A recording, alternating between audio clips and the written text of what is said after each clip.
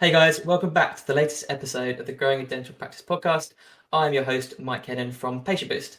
In today's episode, I'm joined by Adam Smith, Director of Sales at Enquirybot. Enquirybot is an advanced automated chatbot and sales management system which increases website inquiries by at least 240% and returns an annual ROI in around 4 weeks. Welcome to the show, Adam. Thanks for joining me. How are you today? Thanks, Mike. It's a pleasure to be part of it. Actually, I've watched some of your recent podcasts, so it's really good to be here. But all good, apart from the difficulties of trying to move house at the moment, which is driving me up the wall. But other than that, mate, all good. Perfect. And we just talked about that, and it does sound like an absolute nightmare. And I'm because I can't remember if I told you, we've been in the house about 12 months now. Yeah. I never want to move house again. It's such a stressful process. I don't want to move house now, let alone again. Yeah. Okay, right. So I think that's a bit of a sore subject today. So we're going to move on swiftly. So we're going to talk about you, what Enquirybot is, and everything. But first of all, tell me about you. What is your background before we go into the nitty gritty of it? Really simply, my background's always been in software. So ever since I left university, I went to work for a few different software companies. Actually worked as a kind of account management side of things and training, and really just like the sales kind of thing side of things, like the drive, like the look for that next sale. So went into that, but it was mainly in the strangely, the fact that we're on a dental podcast, it was not in the dental industry. It was in the golf and hospitality. And for 10 years prior to setting up Enquirybot, that's where my life was in golf and hospitality software. So it's been a different. Yeah, that's quite a transition. It is. Yeah, it wasn't completely different types of businesses. So what type of software were you doing? Were you sort of selling or promoting it within sort of the hospitality and sort of golf sectors? So like golf and like hotels, for example, the software helped run their food and beverage, their guests, and for golf clubs, the membership and the booking systems and things like that. So I was selling that into kind of high-end golf clubs and medium-sized hotels, like individual independent hotels. They're similar types of businesses in what they do, golf and hospitality or hotels. But it's proved the experience I got from that has certainly helped me in the kind of dental industry, purely because of how fierce it is, really. Yeah, so is there overlap between the industries, or what did you pull through to dentistry? I would say in terms of how staff are managed and how they handle inquiries, they're very, very time poor. You go into a hotel or a golf club, the likely story is that you've got one, or independent hotels or in golf clubs, you've got one person that's is the kind of front and the face of the business. And then you've got staff who are trying to handle existing customers or as patients from dental. You've got new customers and new patients. It's very much that process is very, very difficult. Now, what I learned a lot from the hotel side of things is that the time in which it took to follow up to handle the leads, it was very, very, very long. And it's the same with dental. When we first came in, it was very there wasn't a really good process in place for patients to be followed up on, and I think that the overlap is the follow up. Is someone goes and inquires, but actually that next step was it wasn't very transparent. Perfect. So you learned a lot, which is good. Yeah, most definitely. Perfect. Excellent. So before we speak specifically about Enquirybot, I want to go back to basics, and I want to ask you. So you just mentioned the word chatbot a few times. Yeah. What is a chatbot? If you don't know what a chatbot is, I don't know where you've been. Like, you obviously haven't been on a website since like 2009. But what is a chatbot? A chatbot is simply an engagement tool, and it's a way of capturing someone's details and feeding it to the business on the website. Simple. There's lots, and we're going to go into that. There's lots of different types of chatbots, but a chatbot is just a way of, in a conversation, capturing someone's details, as if there's either a live person there, it's a pretend live person, or it's a fully automated system. So it is just another means and ways to generate inquiry, like a contact form is, like a phone number is on a website. That is simple in its simple form. Perfect. And obviously, like inquiries are like the lifeblood of any business, especially dental practice. Absolutely, but it's not always about inquiries. It's unfortunately with the internet and specifically COVID, I think it's really happened over. I hate mentioning that C word. Over the last 3 years, is that What? the average consumer has become addicted to their phone or addicted to the internet. I mean, I've said this to you before. Is that you take my dad for example? He's 74 years old. He always swore blind he would never use online shopping like Tesco and things like that, and he had to in COVID. And now he hasn't gone back. He's using it all the time for other things as well. And because that's happening, because we're on our phones, and we've gone back from being at home to now being back in the office and things like that, we're so time poor that no one's got the time to actually go and look around a website, find what they're looking for. And it's actually also about triaging, is understanding what someone's there for. What do you need to do? Do you want to make a booking? Okay, I'm going to take you to the booking system. Or do you need to help finding our newsletter? Let's sign up to our newsletter. So it's also a triaging rather than just an inquiry tool that it was before. Yeah, absolutely. And that's brilliant. And you sort of touched on it. There's different varieties. So we've got chatbots. You sort of mentioned man. So there's also live chat. Like, just quickly explain what the difference is between the many different versions. Yeah, so live chat in its form was probably the first thing that everyone kind of came accustomed to back in a good 8 years ago, and they started popping up on the big kind of players in tech, Virgin, Sky, your mobile phone providers, big corporate businesses that had someone sitting there, and they basically closed their offices, UK offices, and outsourced their chat to the Middle East. And it was their way of either cutting costs, but also trying to cut down those phone calls because you just get routed around.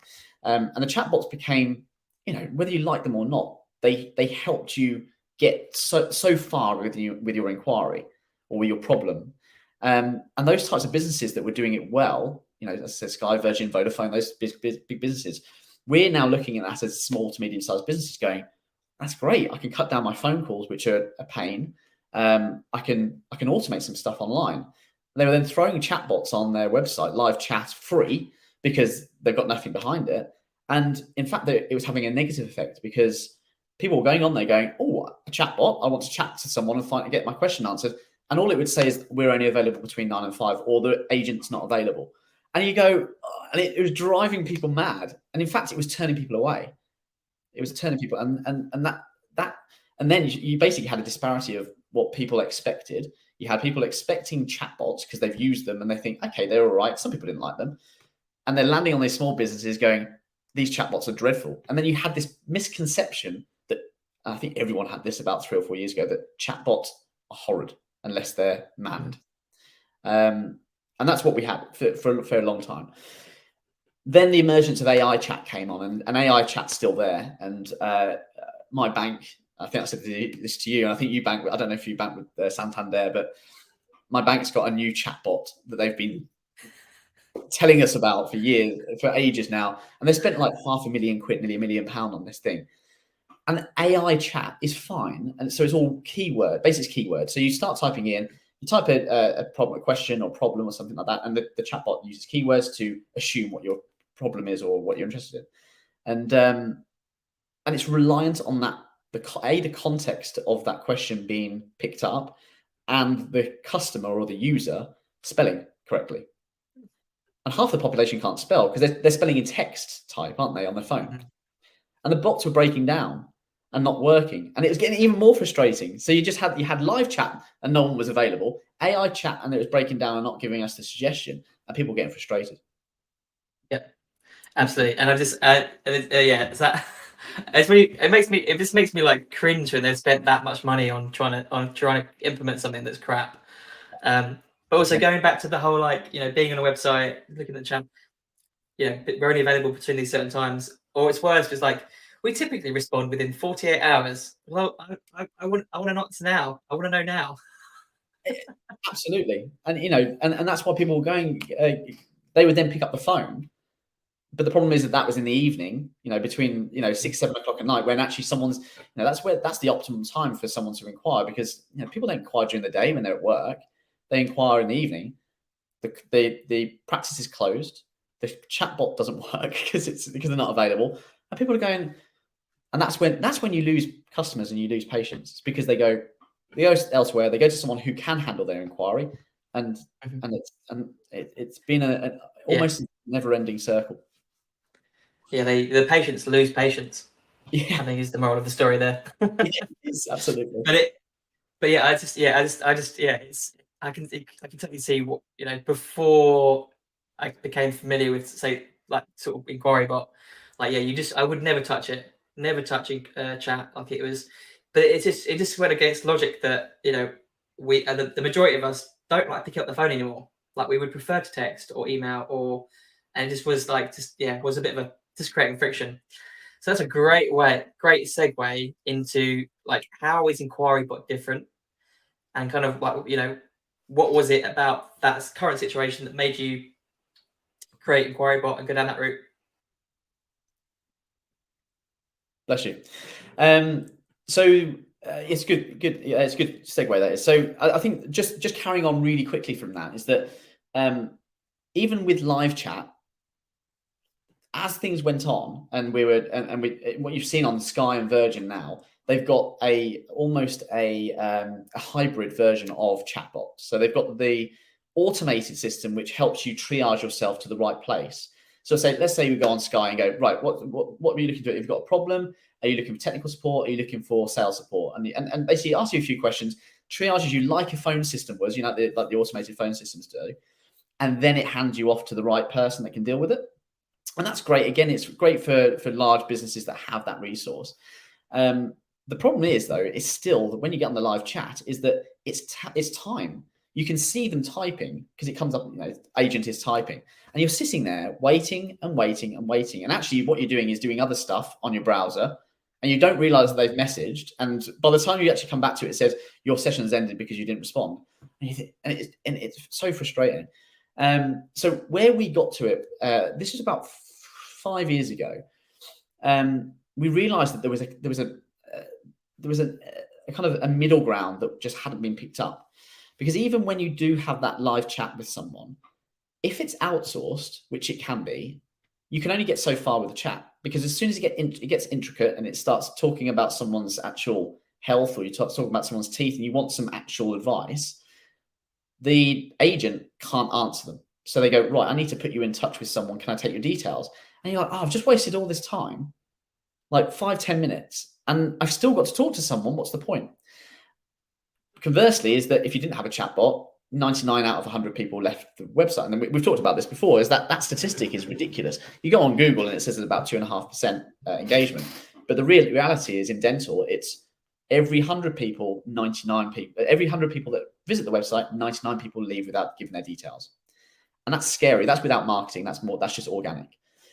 That's a ridiculous figure. So we have to do something. So we looked at all the chatbots in the market, and what we felt as though is that you can use expertise to guide and triage and help the customer quickly to their resolution. So it may not, we're not going to do the consultation, but what we can do is automate a script or a process in which is really engaging. It helps any type of patient or customer that comes there. So is it existing customers? Is it a new customer?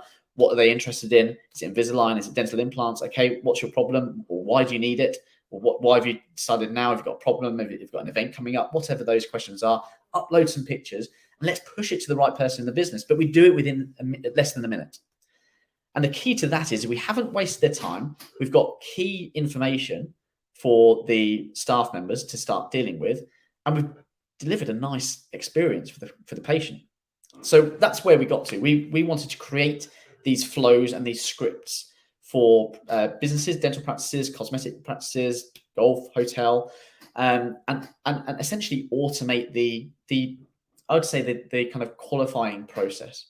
So if someone called the business or walked in, what are those questions that would be asked, you know, by the individual, but do them automatically on the website? And that's what we created, and it's been an ongoing learning process for us. We don't just go and create something and throw it on the website and will it leave? We analyze the data, we test different flows, questions, answers to deliver the optimum kind of process it would be.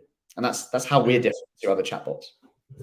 Yeah, and I think when I first came across Enquirybot, it wasn't through you. It was on the many websites that I'd seen it on. I was like, "What is this bloody Enquirybot?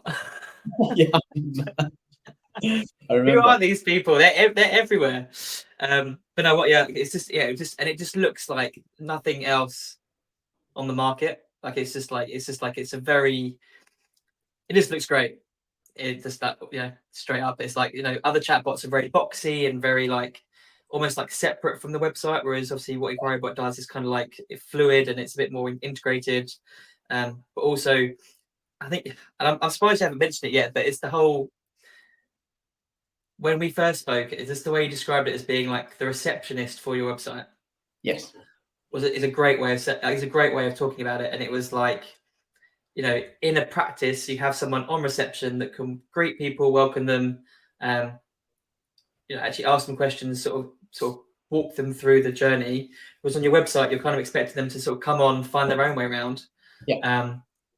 And so actually, Enquirybot is like trying to hi, It's great. I love how human it is. Yeah. And was that deliberate? Well, no. Do you know, we tried lots of different things, and some of our clients and our businesses they will guide us if they want just like the logo and they don't want it kind of humanized. But it's a fine line between humanizing and making it real, or pretend that it's real, to actually almost making it feel real, but not trying to dupe the customer or patient, if that makes sense. Because I think if they feel duped, if you make it so real that they think it's real and then they realize it's not, they get annoyed. Whereas if you make it feel that it's actually artificial but it's personal, that's where we got to the optimum. What we feel we got to the optimum point. But yeah, it's we've had some interesting. We still have had. Please tell me about these. Please tell me. So there's some great stories about people interacting with Enquirybot, and Adam is gonna blow your mind and make you laugh. Yeah. So we have had instances, fair few instances, where as much as we try to make out that it's artificial, by saying I'm Tammy, you're a virtual assistant, or making it quite quick. I mean, no one can respond that quickly. We've still had people flirt with the bot. And asked if we've had one, for example, which is not the non-flirting, where they've been typing on the bot, they've lost connection, or their phone shut down, or whatever it is. They've come back on the bot and said, "Oh, hi Tammy, sorry, I lost connection there," thinking it's real, like as if they're typing back to it as if it's artificial. But yeah, we've had a few where they've actually been saying it's not inappropriate at all, but very much kind of leading, when I'm in, we can have a drink and all this kind of stuff. And it's like there have been some funny instances where, and I've actually walked into the business going, "Oh, can I speak to Sarah, please? I chatted with her online." And they're like, "No, it's not real." They're like, "Oh." So it's been quite fun. Yeah. So when you first told me that, I was like, "That's fantastic, absolutely fantastic." Because it's it's got a name and stuff, but surely there's no one that can like misinterpret this as being an actual person. And yeah, I have heard stories of people, asking, because I think one of the things, I don't know if this is definitely what everyone does, but I know when we set one up for a client, you were like, it sometimes makes sense to call the bot the same letter as the first name of your practice. Yeah. And so you got people coming in and like, they phone up and say, "Can I speak to Amy or whoever it is," and stuff like that. And you're like, I keep telling people to say they're just out. Yeah. So maybe I shouldn't be doing that. Maybe we should say, "Oh no, she's just a virtual lady." She's constant. Amy's constantly on lunch. Yes, she is. Yeah. She's on lunch. That's it. But we do have it where the actual receptionist or TCO picture is on there and their name's on there, so there is some familiarity when they come into the business. And to be honest, from a metrics and a results side of things, there isn't a great deal of difference to go either way. I think where, in summary, where we are different to everything else that's on the market is that it is personal, it is custom, and it's constantly optimized. We don't just stick it on there and just let it do. We address the elephant in the room all the time on these when we're speaking, is that with any successful software, there is another software that tries to follow it or try to copy it or mimic it. And it was always going to happen, and it's happened. That's fine. They're always going to be two, 3 steps behind because we are optimizing. We've got great understanding on the metrics because it's our software. You know, anyone can go and build themselves a bot, but it's actually understanding what works, what doesn't work, and generating the right results for the practice. And that's where we sit, kind of top. We feel top of the tree. Yeah, you guys definitely are different from, you can't. I've tried building my own bot, and it's painful. It is. Like incredibly painful, and it never looks as good as Enquiry Bot. So Enquiry Bot is the receptionist, welcomes people into the practice. I like the way, it's great that it actually engages with, or most of the time, if you set it up as you guys suggest, is like it actively engages with visitors. It doesn't just sort of sit there waiting to be clicked on. It actually pops up and says hi and stuff. So it brings in leads and generates inquiries. But that's not where it stops, is it? So EnquiryBot doesn't have to just stop there. What else can you guys help practices with and businesses with? Yeah, so quickly we realised once, and this was really in the early days actually, is when we launched EnquiryBot as a software, is that we quickly started increasing the number of inquiries that were coming in, but also the quality. So it's not always about increasing number of inquiries; it's the quality. But we were then getting questions coming back to us going, saying, what was your return on investment like? Have you made any sales out of those leads? And they're going, I don't know, there's just so many of them. I'm not sure. We're not recording them. We're going, really? Like, how? And then you dig deeper down, and so many businesses, and this is so relevant across not just dental, across so many different industries. They're not tracking their inquiries, and they're not tracking what happens with those inquiries, where they're lost, why they're lost, who's dealing with it, and how quickly they've dealt with it. Those types of things, really kind of simple metrics. So we felt as though we had a duty to create something to help. Now, look, there's lots of brilliant software. You use a lot of great software to help with this, CRMs and things like that, and automated systems. And that's great. We're not trying to replicate that or trying to replace it. If you've got that, brilliant. We'll try and integrate with it. But for those businesses that don't have anything at all, and they've got an Excel spreadsheet or just using email, we created what we call an inquiry management system. And it's just a way of centrally bringing all your inquiries in from social media channels, phone calls, EnquiryBot, the website, managing them in one place so everyone's got accountability, assigning the right person, and helping track that inquiry through. And there's some nice simple automation of emails and tasks and a nice pipeline. It's not overly complicated. It's there to satisfy a lack of tracking, if that makes sense, rather than replacing a big CRM system. It's not there to do that. Yeah, absolutely. Because it's obviously you haven't got to convert me on that front, because obviously as a marketing consultancy, we see all the time the business owners or the practice owners, they want more leads, so they think the solution is more leads, and it does help, but then they don't think about the rest of it, and there's no point of bringing leads in if there's if your practice is a leaky bucket and you're and it's you can spend money on a chatbot and EnquiryBot and get the leads in, but if you're not doing anything with them, you might as well not spend that money on the EnquiryBot, and you might as well not definitely don't waste any money on marketing. Exactly, because you're just down the drain, and then what I find, and you might have been the recipient of this, but they get annoyed at you as the marketing agency, or maybe you as the chatbot, be like, well, I haven't had my money or what have you. But it's like it's not fully us. It's a team effort. Yeah. We've got to combine it. So I think that's the next frontier. I think that we all need to collectively crack. You're spot on. I mean, just to add, what most businesses kind of reaction to not generating enough sales is they go, right, we're not doing this. We've got half-filled book at the moment. Let's put another £2,000 into marketing. And like you just said, is that doesn't solve the problem. Yes, marketing is incredibly important. We need to do marketing as businesses. But if you're not capturing them and you're not dealing with them correctly, you're literally throwing money away. So there's plugging that. I mean, we always use the term plugging the leaky bucket because it's a great analogy, isn't it? But that's essentially what the bot is there to do, is then capture those leads and help your team manage them. So yeah, it's not just a chatbot. Yeah, no, it's fantastic. And so, you started with the sort of golf and hospitality industry, but as you've pointed out several times, that dentistry is now one of your biggest areas. Yeah. Why has that been the case? Like, what's kind of gelled with EnquiryBot and dentistry? I think it's demand.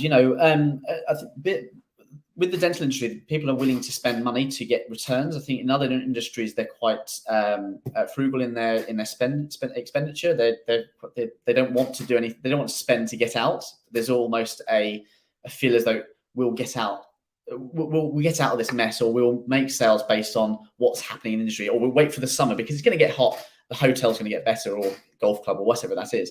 With dental, it's not. You're reliant on less kind of variables, external variables. It's basically who's going to find your website, who's going to inquire quickest, and how we're going to get them in the business quickest. And that's where I think EnquiryBot really fell really perfectly into the industry. As I said, none of us co-founders had any real idea and understanding of the dental industry. We worked with some dental experts to generate that because, as I said, we fell into the dental industry through a website provider for cosmetic industry who had a dental client, and it snowballed. I think where, as I said, the dental industry just fit perfectly into EnquiryBot purely because of that demand process and the lack of external variables that affected what's going on. COVID again, I can't believe I've done it twice in the podcast. Sorry, but dental was one of the only industries that were. I'm not saying it wasn't affected, but it wasn't as badly affected as the other industries were. People still needed dental treatment, and they were still able to give it. And I think that carried on, and that's what helped us in our growth of the business. Yeah, absolutely. I think after that first lockdown, when obviously practices shut down completely, once they reopened and stayed opened, yeah, and obviously everyone's at home earning the same salary, but not having to spend thousands going into London and stuff.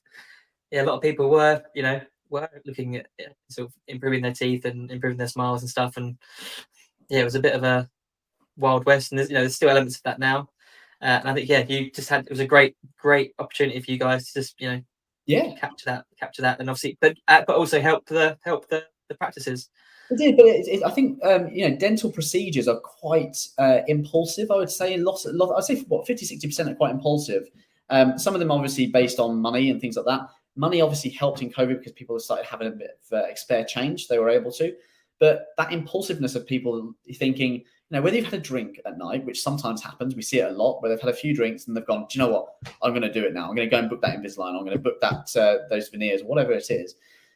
The speed in which to generate that inquiry and quality inquiry and get someone to get in touch with that customer or patient was so key and so fundamental to growing a practice. I think that was one of the real key drivers of the bot. Mm-hmm. Yeah, and you've just touched on something that was another great feature of EnquiryBot is your autoresponders. So you'll be aware of this, but people listening might not be. But if someone makes an inquiry and then they hear crickets, then there's that. We've all been there. There's that. We've got that anxiety that did the form go through? Shall I fill it out again? Are they going to get in touch with me? A lot of businesses are so guilty of getting forms in that go to spam. Like they just don't get back to them, and you're like, why did I bother filling that form in? Whereas your product is great because it, within the first couple of minutes, they get an email confirmation saying thanks for inquiry. You can even drag through some of the details from the inquiry so that it clearly looks like that you were listening and you've got their information correctly. And then just a reassurance that someone is going to get back to you. I believe you can do it, so you can set it up so that if it's outside of practice hours, so we'll get to you the next working day or do that. So you can actually do time dependent stuff. And it's just that, it makes so much difference if you can respond to an inquiry within 5 minutes, even if it's not an actual person or what have you. But that is just, I can't do the statistics specifically, but I know there's lots of studies into the fact that if the quicker you are to respond to an inquiry, the more likely someone is to sort of stick around to wait for your actual response rather than moving on to the next. Well, I mean, I appreciate we're running out of time, but two really key metrics is that on average, I think it was about 66 in the last 3 months. 66% of inquiries were outside of normal practice hours. So let's say someone inquires at 7 o'clock, they're going to have to wait 15 hours before someone actually responds back to them. And that with dental now, that the average patient inquires with 4 practices before they choose. So you're right. The speed in which you give them a little bit of education, that autoresponder it could just be a thank you, we've got your inquiry, but it also could be a little bit more kind of education. This is what we've done before. If it's an Invisalign, look at some of our before and afters, or look at this brochure, look at this price, whatever it is. But it's just carrying the conversation on, which gets you further down the conversation than your competitor. Yeah, exactly, and it will make them more likely to stick around and find out more about you guys, and obviously it should make the sale as well slightly easier as well. So that's cool, and that's awesome. So that's great. So you've been in dental for a little while now, so you've got a bit of experience. What would you say is your number one piece of advice for any associates listening that are thinking about buying or starting a dental practice, based on what you know of the industry? I mean, what we've seen it done badly. We've seen it where someone's gone, right, start a new practice. I want Enquiry Bot, I want this, that. I'm going to do all this marketing. It's like, and they throw all this stuff, and actually they don't have the right person in the business to handle it because it's all coming to them. And suddenly they're throwing all this marketing. They get all these leads, and they can't handle them, and they can't do the treatments. So I think, I mean, this sounds really, really basic, but it might resonate. But get someone in the business that is experienced, that of handling inquiries, routing them, having conversations, and filling your diary with treatments, and get some systems in place. Two really simple, maybe that's too simplistic, but get someone brilliant and get some good systems in place. And I think the rest, it will then snowball after that person. That's we've seen it done really badly, but we've also seen it done really well. Hopefully, I'll get you back on to talk about the bad ones. But simple's good. Simplistic is good. I'm glad you weren't like, here's like my 100-point plan.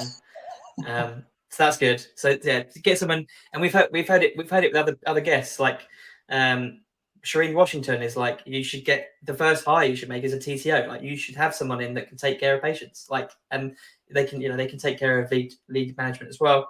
And yeah, I think and some systems.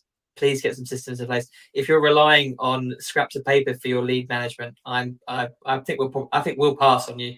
Yeah, absolutely. I mean, when I say systems, that doesn't have to be Enquiry Bot necessarily, or having your website, having a website and an Enquiry Bot generating the leads. I'm talking about systems in which to manage processes. So that first hire knows exactly what they're doing. So you can go, I'm just going to deliver the treatment. You get everything in one place. So yeah, it doesn't have to be Enquiry Bot as much, but of course I'll plug that. As much as you'd love it to be, yeah. No, that's brilliant. No, honestly, Adam, that's been fantastic. Even though I know quite a lot about chatbots, I've still learned stuff today, which is great. And I'm hoping that people listening have learned some stuff as well. So if they're interested in learning more about yourself, or finding more about Enquiry Bot, how can they get in touch with you? It's really simply, you can either email me on adam@enquirybot.com, or you can go to our website, www.enquirybot.com. We'll also, what we do as part of our process, instead of, people don't have time for demos anymore. We realize that one of the really big learnings from COVID as well. Oh, that's 3 times I've mentioned COVID. But one of the big learnings. One of the big learnings we've had is people don't have the time for demos. So if you are interested to see how Enquiry Bot can work, we can record a video of Enquiry Bot on your website, show you how it can work. And if you want that, just either email me, go on our website, or my phone number as well, which I think you're going to put on is, we'll put on the chat. So yeah, any way you want to contact us. Perfect. That's a great piece of learning from me. That's really good. People don't have time for demos. Fantastic. I know. we don't though, do we? We just don't. We don't. So yeah, perfect. Honestly, man, this has been really good. Like I said, I'm going to include all your contact details in the show notes, and your episode will be out very soon. Good. Perfect. Thanks, Ad. See you later. Cheers, thank you. Bye.